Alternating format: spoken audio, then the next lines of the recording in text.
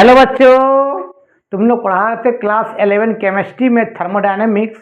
और पिछले वीडियो में बात किए थे सिस्टम क्या है, सराउंडिंग क्या है, सिस्टम कितने तरह के होते हैं, open system, close system, isolated system. फिर हम बात किए थे एक्सटेंसिव प्रॉपर्टी और इंटेंसिव। आज बात करेंगे थर्मोडायनेमिक्स प्रोसेस क्या है। तो हेडिंग दो, थर्मोडायनेमिक्स प्रोसेस।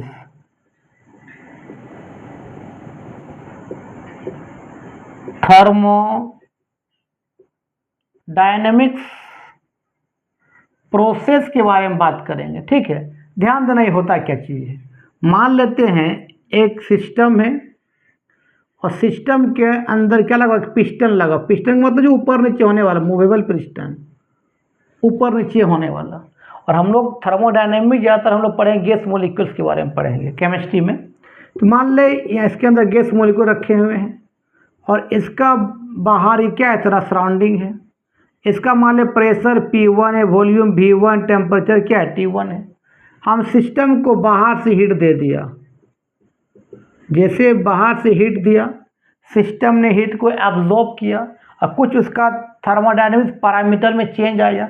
इसी चीज़ को गैस के मॉलिक्यूल है, कुछ उसके अंदर प्रेशर होगा, कुछ वॉल्यूम ऑक्युपाइड किया और कुछ टेम्परेचर होगा, कुछ नंबर ऑफ मोल लेंगे, 1 मोल, 2 मोल, 3 मोल। तो ये सब चीज़ को हम बोलते हैं, हम लोग स्टेट वेरिएबल बोलते हैं।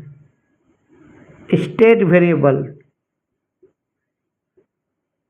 या उसी चीज़ को थर्मोडायनेमिक्स पैरामीटर भी बोलते हैं। थर्मोडायनेमिक्स क्या बोलते हैं बाबू, पैरामीटर बोलते हैं। गैस मॉलिक्यूल है, उसके अंदर कुछ ना कुछ प्रेशर होगा, कुछ ना कुछ वॉल्यूम ऑक्युपाइड किया, कुछ ना कुछ टेम्परेचर होगा, कुछ ना कुछ नंबर ऑफ मोल होगा। उस चीज़ को बोलते हैं थर्मोडायनेमिक्स पैरामीटर या स्टेट वेरिएबल बोलते हैं। हमने हीट दिया तो हो सकता है सिस्टम एक्सपेंड किया, सिस्टम के पैरामीटर में कुछ चेंज आया। तो मान लेते हैं इसका वॉल्यूम बढ़ गया, एक्सपेंड कर गया। मान लेते वॉल्यूम बढ़ गया तो अब इसका प्रेशर कितना गया, P2, वॉल्यूम V2, टेम्परेचर क्या T2। इसी चीज़ को बोलते हैं थर्मोडायनेमिक प्रोसेस। सिस्टम में कुछ ऑपरेशन करने से सिस्टम के पैरामीटर में कुछ चेंज आए, उसको बोलते हैं थर्मोडायनेमिक प्रोसेस। अगर तुम पानी को गर्म करोगे तो पानी क्या होगा, भाप बनेगा। वहाँ भी कुछ हमने ऑपरेशन किया। क्या ऑपरेशन किया, हीट किया, तो पानी क्या बन गया, वेपर बन गया। इसी बोलते हैं थर्मोडायनेमिक्स प्रोसेस बोलते हैं। अब हम बात करेंगे थर्मोडायनेमिक्स प्रोसेस के तरह होते हैं। लिखो इसको। चलो अब बात करते हैं types of thermodynamics process. Heading दो, types of thermodynamics process. Types of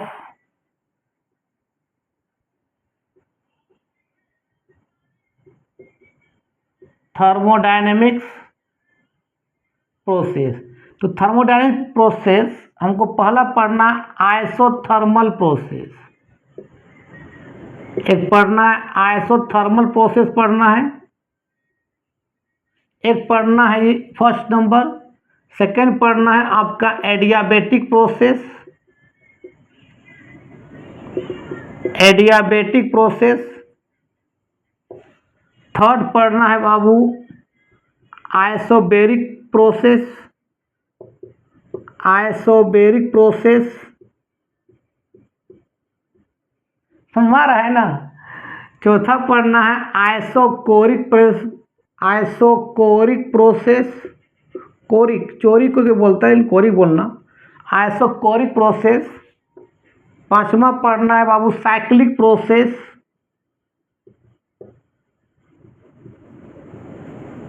छठा पढ़ना रिवर्सिबल प्रोसेस,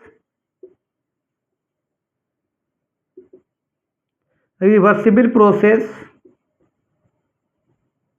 एंड सातवां पढ़ना है इरिवर्सिबल प्रोसेस, इरिवर्सिबल प्रोसेस। सबसे पहले इसमें हम बात करते हैं अभी आइसोथर्मल प्रोसेस के बारे में। लिखो इसको। चलो अब बात करते हैं हम सबसे पहले आइसोथर्मल प्रोसेस क्या है। Isothermal process, isothermal process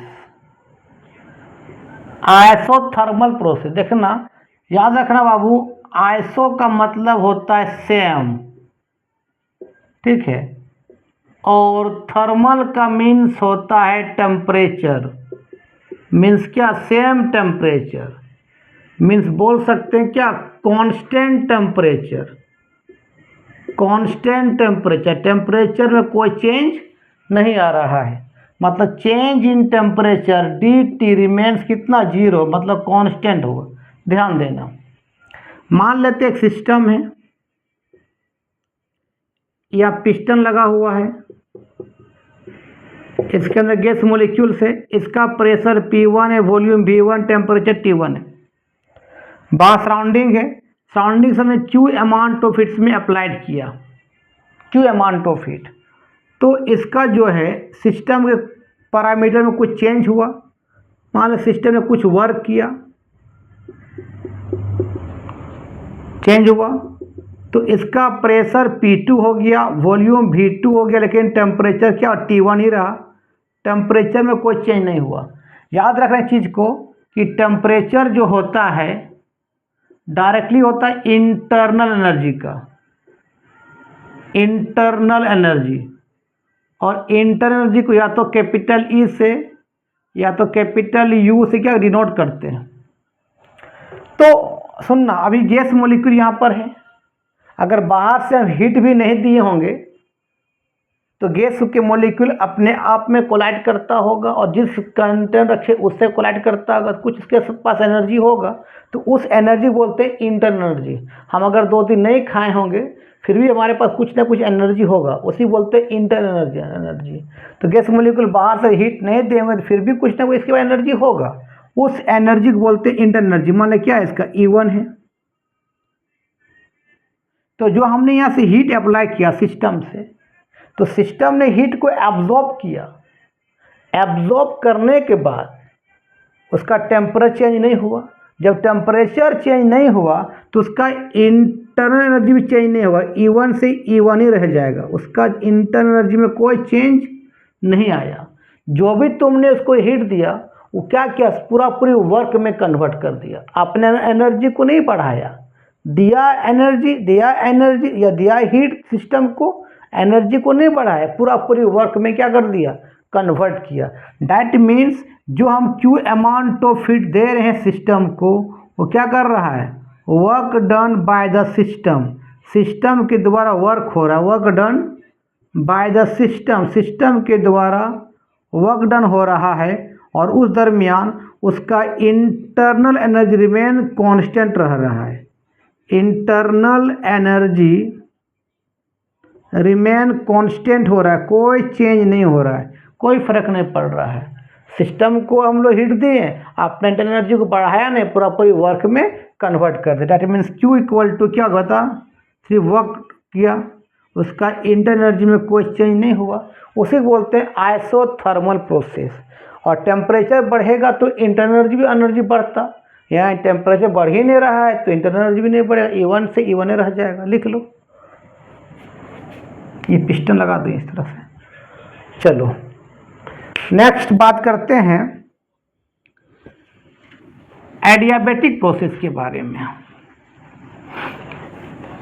adiabatic process क्या है, adiabatic process, adiabatic process, adiabatic process में change of heat remain constant होता है, हीट में कोई चेंज नहीं होता है। डैट मीन्स आपका जो सिस्टम का वाल होगा वो इंसुलेटिंग होगा, बेड कंडक्टर होगा, मतलब नॉन कंडक्टिंग होगा, वो हीट को कंडक्ट नहीं करेगा। मान लो इसके अंदर गैस मॉलिक्यूल है, ये आपका पिस्टन है, ठीक है, और ये जो वाल है इंसुलेटिंग वाल है,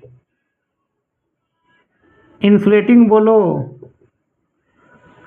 है ना, नॉन कंडक्टिंग बोलो या बेड कंडक्टिंग बोलो, मतलब ये वाल जो है ना, इस सराउंडिंग से ये सिस्टम की ओर हीट इंटर हो रहा है, ना सराउंडिंग से हीट सिस्टम की ओर आ रहा है, मतलब हीट का लेना देना बंद, क्या इंसुलेटिंग बाउंड्री है ये। इंसुलेटिंग क्या बताओ, बाउंड्री, ध्यान देना। तो सिस्टम के अंदर जो इंटरनल एनर्जी E1 है, मान लो इसका प्रेशर P1 है, वॉल्यूम V1, टेम्परेचर T1 है।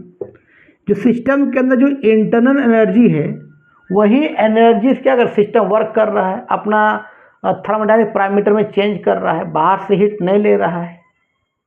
इंटरनल एनर्जी क्या है, सिस्टम के अंदर जो एनर्जी अवेलेबल है, तो वही एनर्जी से क्या कर रहा है, सिस्टम अपना पैरामीटर में चेंज कर रहा है, अपना गैस को एक्सपेंड कर रहा है, वर्क कर रहा है यहाँ पर।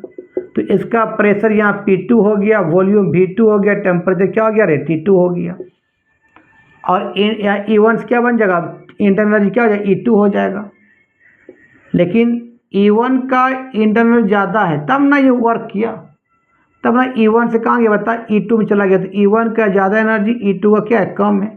तो चेंज ऑफ एनर्जी कैसे निकालते हैं, बड़ा एनर्जी में छोटा एनर्जी, बड़ा कौन यहाँ पर है, E1 है, E1 माइनस क्या होगा, E2 होगा, चेंज ऑफ इंटरनल एनर्जी। क्योंकि हम लोग चेंज ऑफ इंटरनल एनर्जी कैसे निकालते हैं, हमेशा निकालते हैं क्या, बड़ा एनर्जी E2 माइनस क्या, E2 माइनस क्या निकालते हैं, E1 निकालते हैं। और यहाँ पर E2 का एनर्जी ज़्यादा होता है एज़ कम्पेयर टू E1, लेकिन यहाँ ऐसा नहीं है, E1 का ज़्यादा E2 कम, क्योंकि तब ना यही एनर्जी को ज़्यादा है तब वो वर्क में कन्वर्ट कर रहा है, तो एनर्जी घट जाएगा ना। तो E1 ज़्यादा, E2 क्या कम है। दैट मीन्स हमने जो सिस्टम वर्क कर रहा है, वह सिस्टम जो वर्क कर रहा है वो कैसे कर रहा है, अपना इंटरनल एनर्जी को चेंज करके कर रहा है। मतलब यहाँ पर क्या हो रहा है, चेंज ऑफ क्या हो रहा है बताओ, इंटरनल एनर्जी हो रहा है, बाहर से उसको हीट नहीं दे रहे हैं, ठीक है। दैट मीन्स इसका सिस्टम का जो वर्क है क्या होगा, चेंज ऑफ एनर्जी कितना होगा बता, E1 माइनस क्या होगा बाबू, E2 होगा। W इक्वल कितना हो, डेल्टा E होगा, डेल्टा E होगा। हमको बाहर से हीट नहीं दे रहे हैं, लिख लो। इसी बोलते हैं एडियाबेटिक प्रोसेस में change of heat remain constant हो रहा है। मान ले ये आपका ये सिस्टम है और ये सराउंडिंग है, ये वॉल कैसा है, इंसुलेटिंग है, ना हीट अंदर आ रहा है ना हीट बाहर जा रहा है। तो कौन वर्क करेगा, सिस्टम का इंटरनल एनर्जी वर्क करेगा, लिख लो। मतलब यहाँ चेंज ऑफ हीट रिमेन्स कितना हो जाएगा, कांस्टेंट, 0 हो जाएगा, लिखो। चलो अब बात करते हैं, एडियाबेटिक समझ में आ गया, तो अब बात करते हैं हम लोग आइसोकोरिक प्रोसेस। आइसोचोरिक बोलो, कोरिक, लेकिन कोरिक बोलना, आइसोकोरिक प्रोसेस।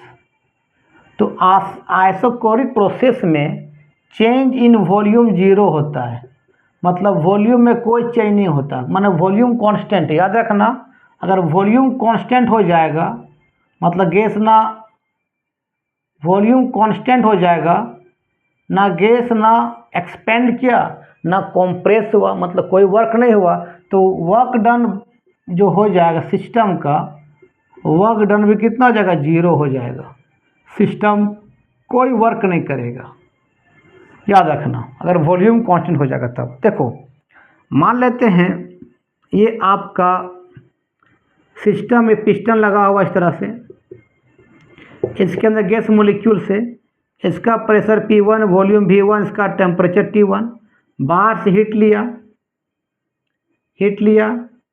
हीट मतलब क्या, Q अमाउंट ऑफ हीट लिया सिस्टम। तो सिस्टम क्या किया, हीट को लिया लेकिन वॉल्यूम को चेंज नहीं किया, वॉल्यूम वही हुआ, माने वॉल्यूम कांस्टेंट रहा, वॉल्यूम में कोई चेंज नहीं हुआ, मतलब वर्क नहीं होगा। प्रेशर P2 हो गया, वॉल्यूम V2 हो गया, तो V2 नहीं हुआ, वॉल्यूम V1 रहा, वॉल्यूम कोई चेंज नहीं हुआ। टेम्परेचर कितना हो गया बता, T2 हो गया।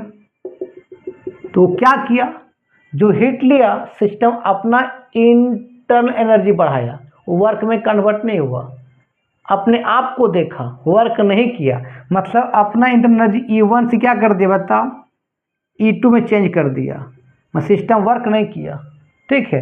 मीन्स सिस्टम जो हीट दिए, तो हीट देने से वर्क नहीं किया, वो क्या किया, इंटरनल एनर्जी में चेंज कर दिया, माने इंटरनल एनर्जी बढ़ा दिया, पहले E1 से कहाँ चला गया E2।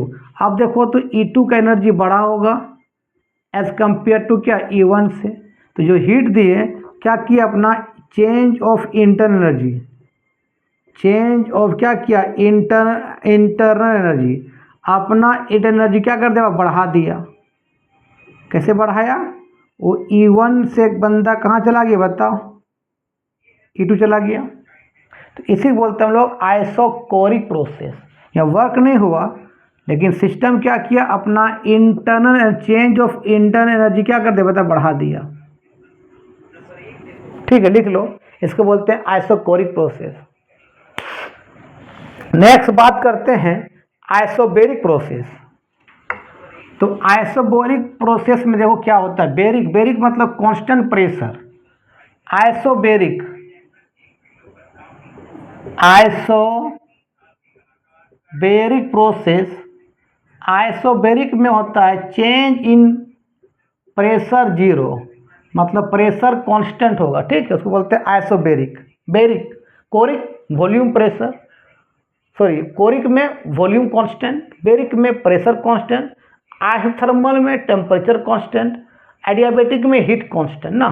चलो आइसोबेरिक मान लेते हैं कि मान लेते हैं गैस मॉलिक्यूल से यहाँ पिस्टन लगा होगा, ध्यान देना इसके अंदर गैस मॉलिक्यूल से इसका pressure P1, volume V1, temperature T1, बाहर से इसको हीट अप्लाई किया तो सिस्टम के पैरामीटर में कुछ चेंज आया, चेंज आया तो सिस्टम क्या किया बताओ, इसका प्रेशर में कोई चेंज नहीं आया, P1 ही रहा, वॉल्यूम V2 हो गया, टेम्परेचर क्या बता T2 हो गया। तो हीट लिया सिस्टम का इंटरनल एनर्जी मान पहले E1 था, हीट लिया E1 से क्या बता E2 चला गया, इंटरनल एनर्जी बढ़ गया और सिस्टम E1 से E2 चला, सिस्टम कुछ वर्क भी किया। ठीक है, दैट मीन्स जो Q अमाउंट ऑफ हीट दिए अपना इंटरनल एनर्जी को बढ़ाया, कहाँ चला गया E1 से E2, तो E2 का एनर्जी ज़्यादा हुआ एज कम्पेयर टू E1 से, तो change of energy internal energy E2 minus क्या E1 हुआ और सिस्टम कुछ क्या किया वर्क किया एट कांस्टेंट प्रेशर में। डेट में Q इक्वल टू कितना हो जाएगा बता डेल्टा E प्लस क्या हो जाएगा W हो जाएगा एट कांस्टेंट प्रेशर में। इसी बोलते हैं आइसोबेरिक प्रोसेस, लिख लो।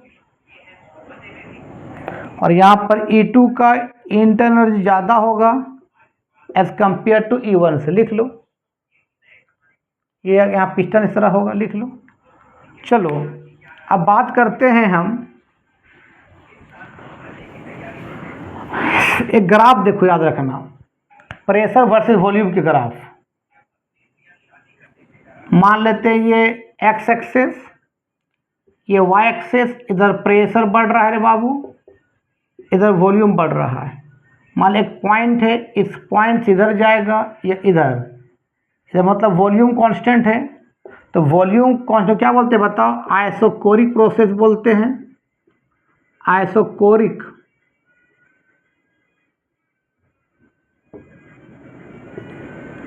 आइसोकोरिक क्या बोलते हैं प्रोसेस बोलते हैं। इसमें क्या होता है एट कांस्टेंट वॉल्यूम होता है, यहाँ वॉल्यूम कांस्टेंट है, एट कांस्टेंट वॉल्यूम है। अच्छा यहाँ पर क्या प्रेशर कांस्टेंट है, एट कांस्टेंट प्रेशर है, जिसको क्या बोलते हैं बताओ आइसोबेरिक बोलते हैं। ठीक है, अब यहाँ पर दो इस तरह से आएगा कर्व, इस तरह से एक क्या होगा बता, एक होगा आइसोथर्मल, एक क्या होगा एडियाबेटिक। अब कौन आइसोथर्मल और कौन एडियाबेटिक होगा देखो, तुम बताएंगे प्रूव भी करवाएंगे। आइसोथर्मल में ये PV इक्वल टू होता है कांस्टेंट, तो अगर P निकालेंगे क्या होगा बताओ, कांस्टेंट बाय V होगा। ठीक है, और याद रखना एडियाबेटिक में, एडियाबेटिक प्रोसेस में PV गामा इक्वल टू क्या होता है कांस्टेंट, से प्रूव भी करवाएंगे अभी। तो अगर यहाँ से P निकालेंगे तो क्या होगा बताओ कांस्टेंट बाय V गामा होगा। और याद रखना यहाँ पर भी गामा ग्रेटर देन किससे, भी से, यहाँ भी की पावर 1 है, यहाँ गामा है, और जो गामा जो है ऑलवेज ग्रेटर क्या है, 1 से ज़्यादा है। देखो तो बाबू यहाँ पर भी है, भी कम है तो प्रेशर यहाँ ज़्यादा होगा, यहाँ भी कम है तो यहाँ देखो तो भी गामा क्या ज़्यादा है इस भी से, तो ये प्रेशर ज़्यादा है, सॉरी वॉल्यूम ज़्यादा है, तो यहाँ पर प्रेशर क्या हो जाएगा बाबू, कम हो जाएगा। भी गामा ज़्यादा है ना, यहाँ भी कम है, भी कम है तो प्रेशर ज़्यादा है, ये भी गामा ज़्यादा तो प्रेशर क्या कम हो जाएगा। देखो तो मान ले वॉल्यूम को कर क्या लो, कांस्टेंट कर लो वॉल्यूम को, ये वॉल्यूम तेरा क्या है, मान ले कांस्टेंट है, इस पॉइंट पर इसका प्रेशर क्या बता, P1 है जो लो प्रेशर है, यहाँ पर क्या होगा, प्रेशर बढ़ रहा है, क्या बता, प्रेशर क्या बता, P2 होगा। तो बता थर्मल एडियाबैटिक इसका प्रेशर ज़्यादा है, देखो थर्मल का प्रेशर ज़्यादा है तो ये प्रेशर यहाँ पर ज़्यादा है, तो इस तरह क्या बता, ये हो जाएगा आइसोथर्मल, तो इसका प्रेशर कम है, देखो इसका किसका, एडियाबैटिक, तेरा क्या हो जाएगा तो बता, ये एडियाबैटिक हो जाएगा। ये ग्राफ इंपॉर्टेंट लिख लो।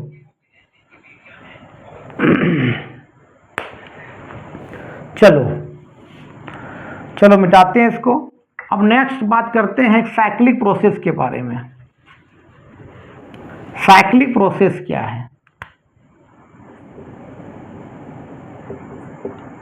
साइक्लिक प्रोसेस, साइक्लिक प्रोसेस मान लो, सुनो एक ग्राफ बनाते हैं P वर्सेस वॉल्यूम के बीच में, मान लो ये A से कहाँ गया B, इसका pressure P1, volume V1, temperature T1, फिर चला गया B, क्या हो जाएगा, ये आपका P2, V2 क्या T2। मान ले A से कहाँ गया B, फिर B से कहाँ चला गया A, ये मान तेरा पाथ 1 है, तेरा क्या बता बाबू, पाथ 2 है।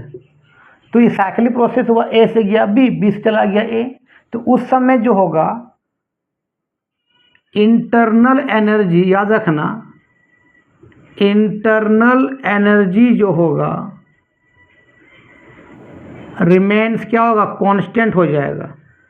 Mean change of internal, DE लिखो या DU लिखो, रिमेन्स क्या हो जाएगा, कांस्टेंट हो जाएगा। U है ये,